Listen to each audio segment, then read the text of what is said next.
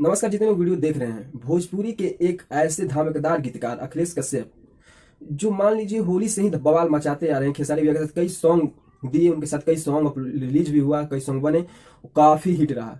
मान लीजिए कि भतीजवा के मौसी के नाम से बहुत ही प्रचलित सॉन्ग है, 200 मिलियन करीब पहुंचने वाला है सॉन्ग। उसके बाद उन्होंने कई सारे खेसारी लाल सॉन्ग उनके गाए। उसके बाद सावन में पवन सिंह के साथ उनका सॉन्ग गाया, महादेव का दीवाना, काफी बहुत ही मस्त सॉन्ग है। इसका व्यूज लगभग 20 मिलियन तक होने वाला है। तो भैया के साथ अब अखिलेश कश्यप का एक और लोकगीत आने वाला है, बहुत ही धमाकेदार लोकगीत आने वाला है पवन सिंह के साथ। बहुत ही मस्त सॉन्ग है, देखिए कब तक आ जाता है।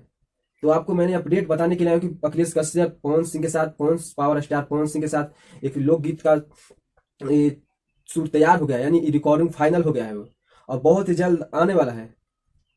तो, तो आप लोग इस सॉन्ग को ज्यादा से ज्यादा सुनिएगा, ज्यादा से ज्यादा शेयर कीजिएगा और गर्दा मचाइएगा। देखिए कैसा सॉन्ग आता है, लेकिन आने वाला है सॉन्ग, भैया के साथ इनका सॉन्ग आएगा जरूर। इसका रिकॉर्डिंग फाइनल हो चुका है।